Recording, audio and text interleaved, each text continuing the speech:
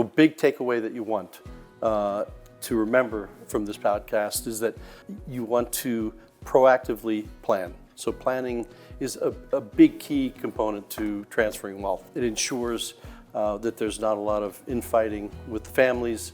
It ensures kind of a smooth transition to that. Welcome to Blueprints for Prosperity, the Sequent podcast where we share practical financial and real estate insights from our experience at Sequent Real Estate and Wealth Management. Whether you're new to investing or a seasoned pro, we're here to help you make smart decisions to grow your wealth. Let's get started. The information herein has been prepared for educational purposes only and does not constitute an offer to purchase or sell investments. Investments in securities are not suitable for all investors. Investments in any security may involve a high degree of risk and should only be considered by investors who can withstand the loss of their investment.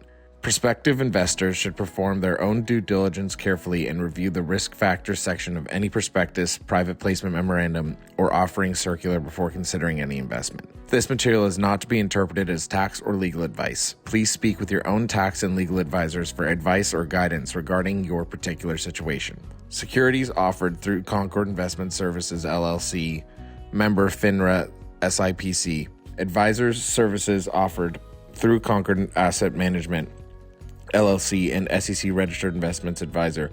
Sequent REWM is independent of CIS and CAM. Hello, I'm here with Chuck Strickler and Jasmine Jordan, my co-host. Chuck is a financial advisor who has 25 years of experience in the business, and he heads the wealth management department of our firm. Thank you. Hey guys, how are you? Doing well, thank you, Chuck. So today we're going to be diving into multi-generational wealth and secrets to transferring that wealth. And even if you're like me, that you don't come from a super wealthy family, there's a lot of tips and tricks that I feel like anybody could really learn from this podcast. Absolutely. And there's probably going to be several podcasts where we get into deep dives of actually how some of these structures work. So I'm going to give you kind of an overview today. But I think the big takeaway that you want to remember from this podcast is that you want to proactively plan. So planning is a big key component to transferring wealth. It ensures that there's not a lot of infighting with the families. It ensures kind of a smooth transition to that. And just what I wanted to do first is just give you some statistics in terms of what happens to wealth as it transfers. 70% of the wealthy families lose their wealth by the second generation. So that means wow, that's a lot. That's a lot. Yeah. So that means your kids. Most kids that inherit that wealth lose it. 90% of the 90% loss by the third generation. So by the third generation, most wealth is kind of vanishes and you need to kind of restart. I want to also give you kind of, and just to kind of, give you some concepts in terms of, why it's so important to do planning. I'll take you back to the Gilded Age, over 125 years ago. There was two families, the Rockefellers and the Vanderbilts. Well, John D. Rockefeller thought that planning was very important. They were, oil family. They ran Chase Manhattan Bank, but he understood two things. One, you had to plan, so he set up trusts. He set up foundations, and he also said that education was very important. So passing the knowledge and understanding wealth, so that the future generations could take care of it. Right. So we roll the tape forward 125 years later. There's over 100 Rockefeller family members, and there's $10.3 billion in assets. So wow. That's one example where by planning it works.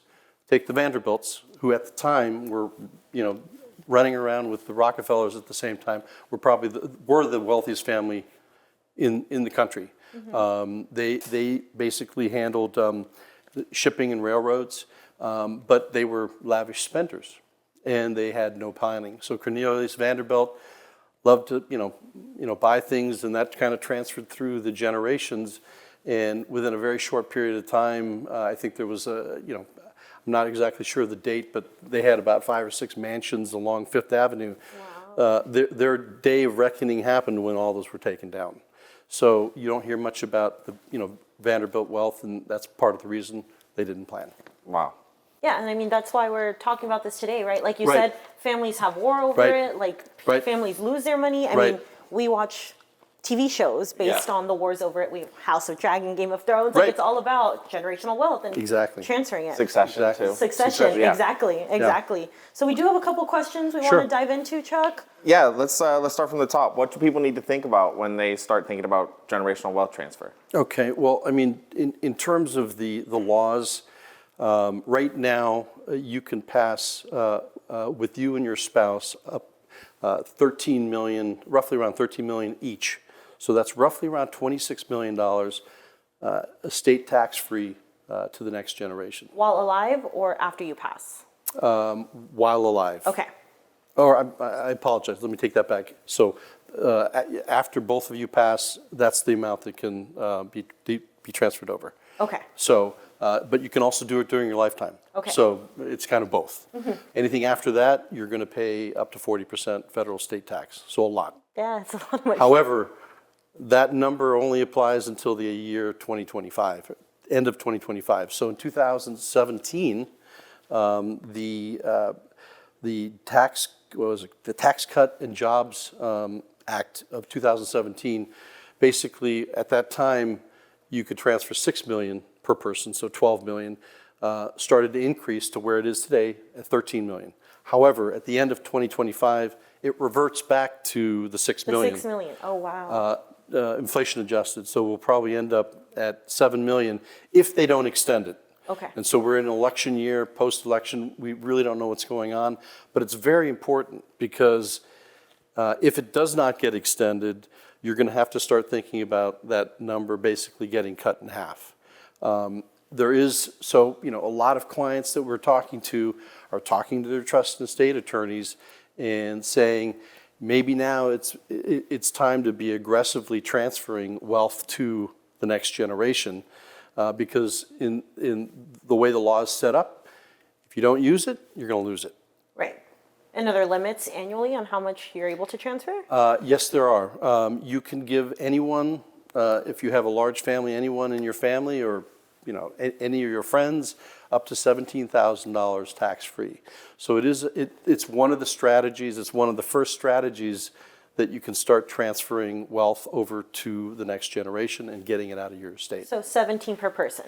17 per person. So if you had 4 grandkids and 4 sons and daughters, that would be 8 times 17,000 each. And I remember the first time you were teaching me about this, I didn't even realize it was a tax if you gave more than that. I just thought you could give freely to people. Right. And I didn't realize the person giving is the person that ends up having to pay the Right. tax on it. Now, that's absolutely true. But again, if you gave above and beyond that, you could just start using that lifetime. Okay. So there's workarounds. There's if you workarounds. talk with your tax professional, there's ways to Yeah. plan this out. Yes. And if you're married, can you give the husband give 17 million and the wife also give 17 million, or is it for a 1,000. married couple?